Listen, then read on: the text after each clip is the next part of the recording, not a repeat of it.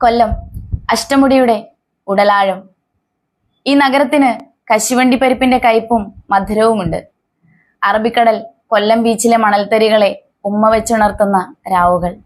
ചിന്നക്കടയിലെ clock tower സമയത്തെ പിടിച്ചു നിർത്താൻ ശ്രമിക്കുമ്പോൾ അതിനടിയിലൂടെ പായുന്ന മനുഷ്യർക്ക് മത്സ്യഗന്ധമുള്ള വിയർപ്പിന്റെ നിറമാണ്. അഷ്ടമുടിക്കായൽ 8 കൈകളാൽ കൊല്ലത്തെ കെട്ടിപ്പുണരുന്നു.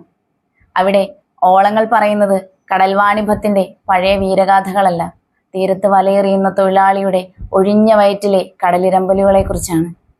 നീരാവിൽ കടവിലും സാമ്പ്രാണിക്കൊടിയിലും വെള്ളം തൊട്ടു നിൽക്കുന്ന തെങ്ങുകൾ നഗരത്തിന്റെ ഏകാന്തതയ്ക്ക് കുടപിടിച്ചു നിൽക്കുന്നു. പരവൂർ കായലിനും കടലിനും ഇടയിലെ ഇടുങ്ങിയ മണൽത്തിട്ട പോലെയാണ് കൊല്ലത്തെ ജീവിതം. ഒരു വശത്ത് ഉപ്പിന്റെ രൗദ്രത, മറുഭാഗത്ത് കായലിന്റെ ശാന്തത.